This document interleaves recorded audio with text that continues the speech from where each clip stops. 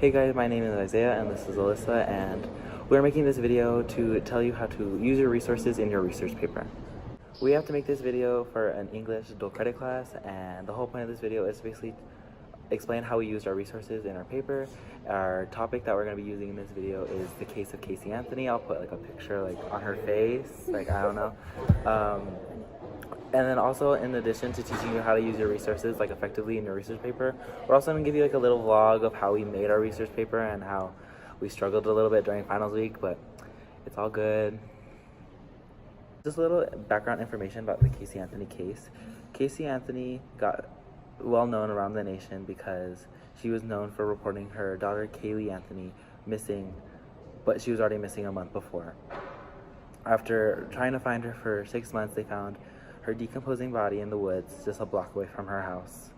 And after looking at different evidence, they all realized that all fingers were pointing to Casey Anthony, so a trial was going to determine if she was going to be charged with first degree murder. Premeditated first degree murder, which the punishment for that in the state of Florida at the time was the death penalty. So I'm editing right now, and why am I so tired? Like, that was such an ugly sigh. Like, I'm just talking, I don't understand. Protesters in the US got really involved by protesting that she should be given the death penalty, that she doesn't deserve to be a mother. How could she do this to her daughter? And it took everyone by surprise when she was found not guilty, and all she was charged with was a fourth degree felony of providing false information to the police. To start in the vlog, we had a conference with Mr. Goulet, which is our English teacher, basically explaining to him different things that we wanted to do with our essay because we didn't really know what we wanted to do yet. And Alyssa's going to tell you because she basically talked to him the whole time. So when we started talking to Mr. Goulet, he was talking to us about our introduction and our conclusion at first, and we decided that we were going to talk about how every day in America kids are kidnapped on the daily, and this has been going on for a while now. And we also talked to him about our conclusion and how we were going to include the thesis, what our thesis was, and then we started talking about how we were going to format and outline our body paragraphs for our essay. And basically our whole thing about our formatting our body paragraphs was to start off with the whole story of Casey Anthony having Kaylee, Casey not reporting that Kaylee was missing, basically all the details to give a reader a really background information of the case and of Kaylee's murder. And then we're going to go into, towards the conclusion, go into, well, how everyone felt after she was found not guilty, how the opinions of the judge, prosecutor, medical examiner, how they all felt 10 years later, because it was an anniversary, I think, yesterday on the 11th when her body was found, which was kind of crazy.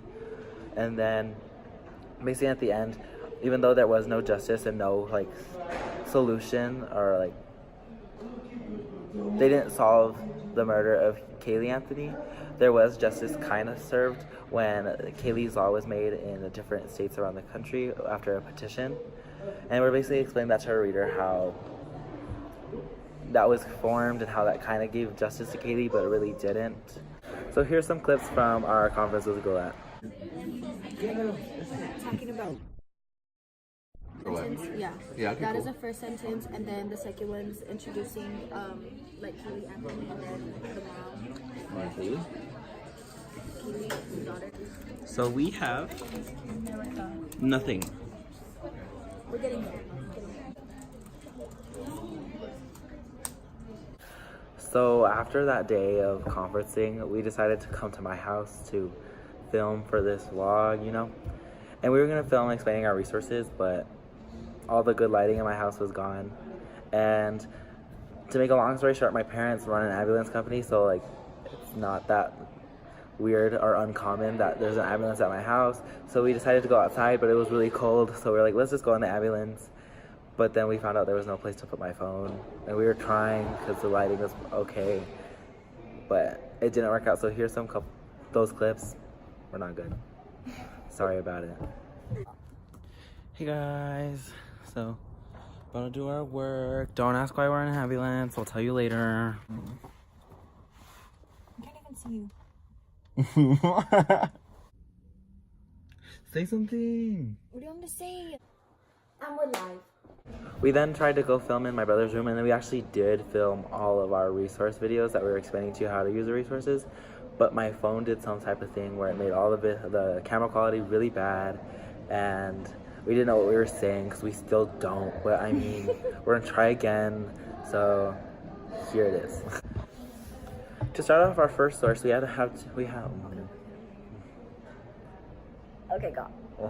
Okay. Go. Before we got started writing with our essay, we had to do an annotated bibliography, and in the requirements we had to have 5 sources. We actually do have a lot more sources that we did use in our research paper. We are going to list the 5 only today.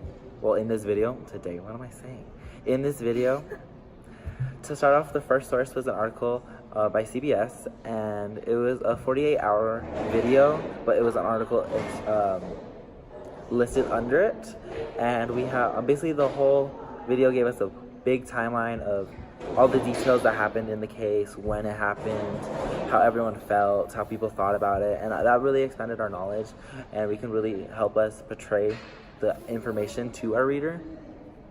So the way we utilize that article is we basically use that as a kind of a format using their timeline of how to structure and let the reader know what events happened in what order. And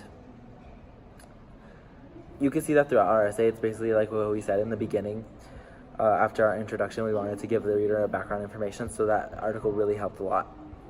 We also used a CNN article, and that article was just giving us the opinions of the medical examiner that was involved in the case, the judge, Balvin Perry, that was involved in the case, along with some people who knew Casey very well and their family very well.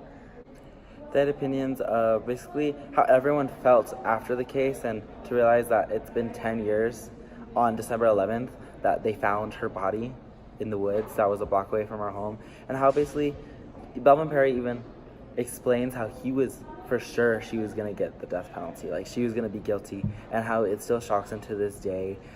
In our annotated bibliography, we did have to have a requirement of having 1 database, but we decided to do 2. In the first database, it explains how all the lies Casey Anthony told the detectives really points out why she is guilty, and how all of her lies should not be trusted, and anything she said should be trusted. And that does show a little bit of bias, but it does make some really major points of her explaining, like, well, why did she lie about working at Universal Studios, and why did she lie about leaving her daughter with a made-up nanny that never existed.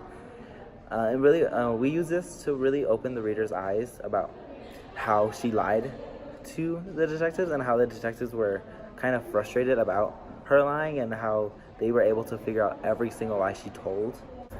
The second database is basically inside the trial, how Jeff Ashton really tried to defend the prosecution, how he proved that there's no way that Kaylee could have drowned in the pool, how Casey's defense was trying to make it seem how it was an accidental death when all points are leading to Casey killing her daughter. And he also, it gives the reader a really inside look that we can give them of how it was in the actual courtroom, and how the lawyers and how the defense really had to go in and try to like, it opens the reader's eyes of how the trial actually was inside the courtroom. Okay, so our final source was basically a source about Kaylee's Law. And how Kaylee's Law came to be is that after the verdict was announced that Casey Anthony was not guilty of killing her daughter, protests around the nation really were angry. They were upset that she was not charged when all fingers were pointing to her. They wanted justice for Kaylee. So after the petition passed for Kaylee's Law in the state of Florida, it became a felony. A 4th-degree felony if you do not report your child under 13. Any child under 13 missing in a 24-hour time period. So people really think that this was basically the justice that was served for Kaylee, but other people do not think. Other people still have their negative views about how the case was handled. So again, the whole point of this video was to basically explain to you how we used our research in our research paper. I know in the beginning we said it was going to be like kind of how to teach you how, but sorry, that did not happen.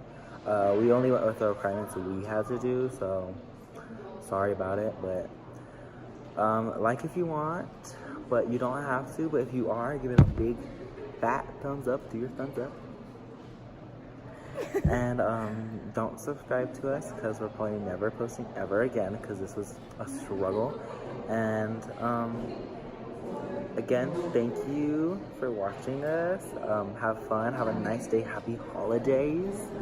Mr. Gillette, I hope you give this a big 100. Took us First semester of college is done.